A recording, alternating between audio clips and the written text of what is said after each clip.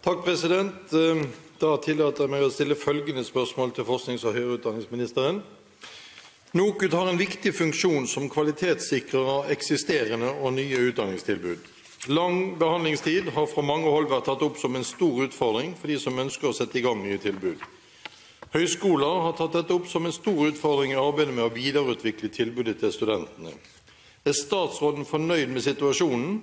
Hvilken saksbehandlingstid mener statsråden er akseptabel, og hvilke initiativ vil statsråden ta for å sikre rask og god behandling hos NOKUT? Statsråd Kristin Halvorsen, vær så god. President, NOKUTs funksjon er å sikre at utdanningene som tilbys i Norge holder høy kvalitet. Dette gjelder både for fagskoleutdanning og høyere utdanning. NOKUT har fastsatt standarder og krav som skal sikre den faglige kvaliteten og følger fastlagte prosedyrer for behandling av søknader om akkreditering av nye studietilbud. Kunnskapsdepartementet kan etter loven ikke overprøve NOKUTs faglige vurderinger, noe jeg heller ikke har noe ønske om. Det er et anerkjent internasjonalt prinsipp innenfor kvalitetssikring og akkreditering at alle fastlagte krav må være dokumentert og oppfylt før akkreditering og endelig godkjenning kan gis. Dette er for å sikre at studentene får den kvaliteten som de må kunne forvente, for å ikke å si ha krav på. Dette prinsippet følger vi også i Norge. Akkreditering kan med andre ord ikke gis under forutsetning av at ting skal komme på plass senere. Akkreditering gis for utdanningstilbudet slik det foreligger på godkjenningstidspunktet. NOKUT har stor pågang av søkere som vil sette i gang nye studietilbud. NOKUT opererer med søknadsfrister for alle søknader, unntatt søknader om institusjonsakkreditering. Dette ble innført for å effektivisere søknadsbehandlingen for NOKUT og av hensyn til forutsigbarhet for søkerne. Det konkrete målet er at alle søknader skal være behandlet før neste søknadsfrist. Målet ble nådd i 2010, men i 2011 er det en negativ utvikling på grunn av økt arbeidsmengde. På fagskoleområdet er det mange av søknadene som fortsatt er mangelfulle, slik at NOKUT får et betydelig merarbeid med å veilede søkerne. Dette er institusjonens ansvar. Samtidig øker antall søknader om godkjenning av utenlandsk utdanning betraktelig, og økningen fortsetter i 2012.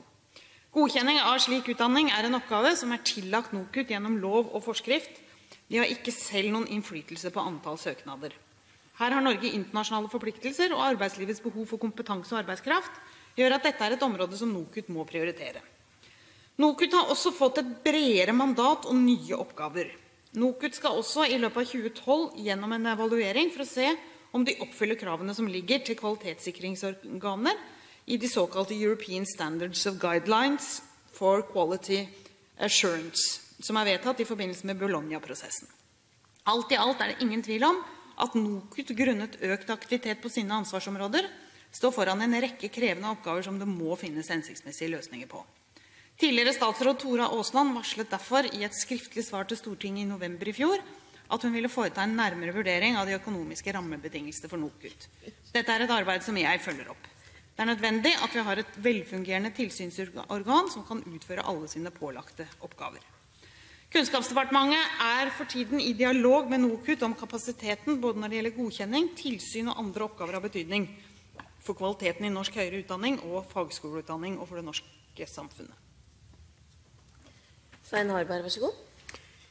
Ja, takk, president.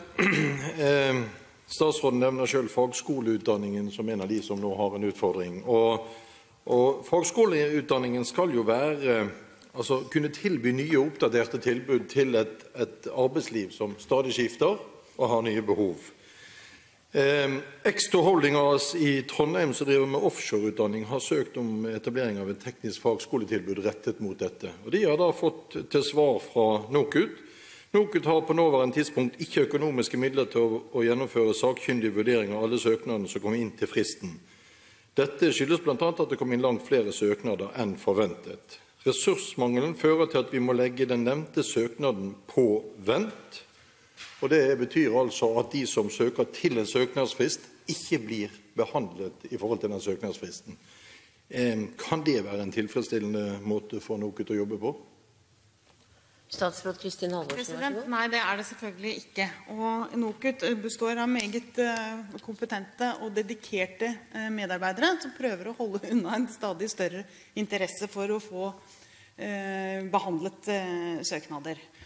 Og vi er i dialog med dem. Jeg hadde senest i går selv et møte med dem litt tilfeldig plassert i forhold til dette spørretimespørsmålet, fordi de har veldig store utfordringer. Mange flere utenlandske studenter som vil ha godkjent sine utdanninger, mange flere fagskoler, et utfordring på IKT-siden i det hele tatt, en betydelig utfordring. Så vi må nå ha tett kontakt med dem og samarbeide om hvordan vi klarer å finne gode løsninger, sånn at de kan utføre det arbeidet som de har ansvaret for. Svein Harberg, vær så god. Ja, takk. Fagskoleforbundene har jo skrevet et brev til departementet der de reagerer på denne innføringen av ventelister. Og det rare er jo at NOKUT i det samme brevet til disse fra Trondheim sier at de tar sikte på å ta fatt på den videre saksbehandlingen i neste søknadsrunde, altså høsten 2012. Det vil jo bety at overliggende fra nå skal behandles i neste runde, sammen med alle de nye søknadene. Det kan vel ikke statsråden være fornøyd med. Det er flott at den nå vurderer, og at den er i dialog. Nå fikk vi jo fremlagt noen tall i går som gjaldt budsjettet, og der en kan løse på akutte problemstillinger. Er ikke statsråden enig i at dette er en akutt situasjon når nye relevante utdanningstilbud i Norge må stå på vent fordi at NOKUT ikke har nok penger til og nok ressurser til å gjennomføre behandling av søknadene? Kristin Halvorsen, vær så god. Det er et akutt problem, men det er ikke en akutt situasjon, fordi de over tid har hatt en utfordring med mange flere søknader og stor pågang. Så det vi må gjøre nå, det er jo i nær dialog med NOKUT å finne en løsning der de har kapasitet, og der prioriteringene er i tråd med det Stortinget ønsker, osv. Så vi har en utfordring både i å få unna saksbehandling på kort sikt, men også finne nivå for hvordan vi skal drive kvalitetssikring på dette området som er bærekraftig fremover. Så derfor er jeg i dialog med dem. Vi prøver både å finne en kortsiktig løsning, men også langsiktig bærekraftig løsning.